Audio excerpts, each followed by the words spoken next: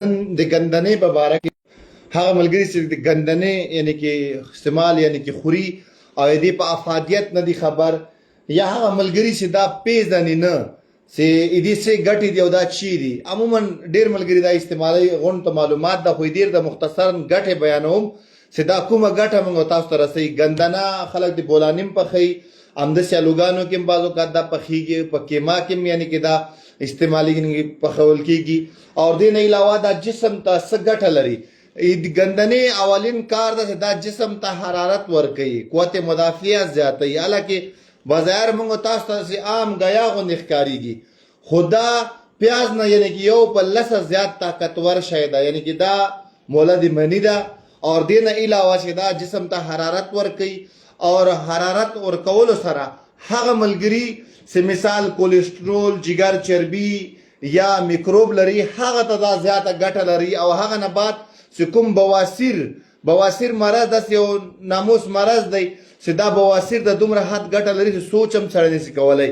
او دې نه علاوه ښځینه نارینه دا ټول تاسو خوړلی شي، خو دې صحیح طریقه درته ښیم چې په کوم طریقه باندې دا باید پخه شي او تاسو یې وخورئ.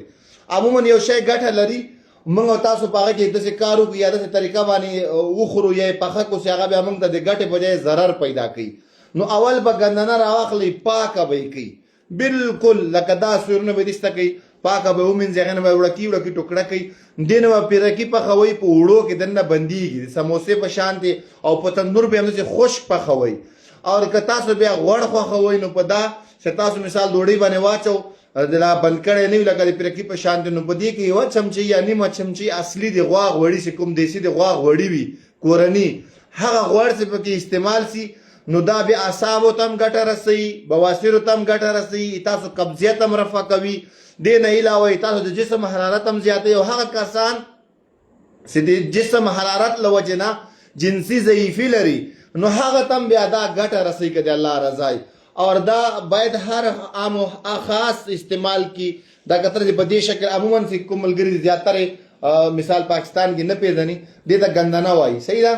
دا کتلی چې په دې شکل کې موجود وي، خو دې صحیح طریقه داره چې دا اصلي غوړیو کې پخه کوي یا په دیګي کې پخوي، سالن په طریقه باندې، کتر په طریقه، یا که تاسو بیا پیرکای ته پخوئ نو بیا وچ پیرکای همداسې تنور باندې تاسو لګولی شئ، یا پکې غوړي استعمالوئ نو بیا پکې اصلي د غوا غوړي استعمال کړئ. دا تاسو ته یو په لسه ګټه رسوي. او څومره چې ما مشکلات ویلي، دې نه علاوه هغه کسان چې 50 نه عمرونه زیات وي باید روزانه دا استعمال کړي. اوس مثال څوک غریبان وي هغه زعفران نشي خوړلی، ګندنه داسې خاص خصلت لري چې زعفران سره نږدې چې کوم د زعفران ګټې دي هغه ګندنه هم تاسو ته رسوي.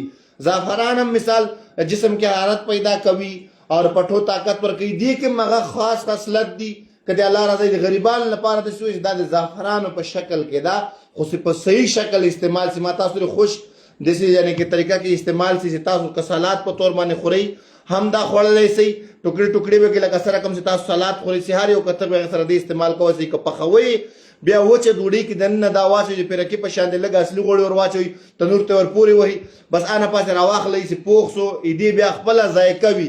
او عموما هغه کسان چې وزن کمول غواړي ښه زیاتر، نو که دا تاسو د پیرکي په شکل کې پخه کوئ وچه تنور باندې، چې کله تاسو مثال ډایټ کوئ، غوړ شی یا خوږ شی یا وریځه دا شیزونه نه پرهیز کوئ، نو دې کوئ تاسو استعمال وکړو، دا وزن هم کموي، تاسو فیټس هم ختموي که د الله رضا وي.